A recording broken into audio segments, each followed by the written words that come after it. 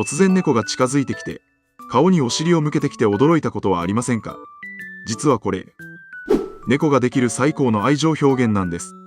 野生においてお尻は最も無防備な部位ですが、これを見せるということは、あなたを完璧に信頼しているという証拠です。また、猫同士の挨拶でもあります。私のことを全部知ってもいいよという深い信頼の挨拶なんです。これからは猫がお尻を見せてきたら、喜んで受け入れてあげましょう。かわいい動物雑学をもっと見るならフォロー。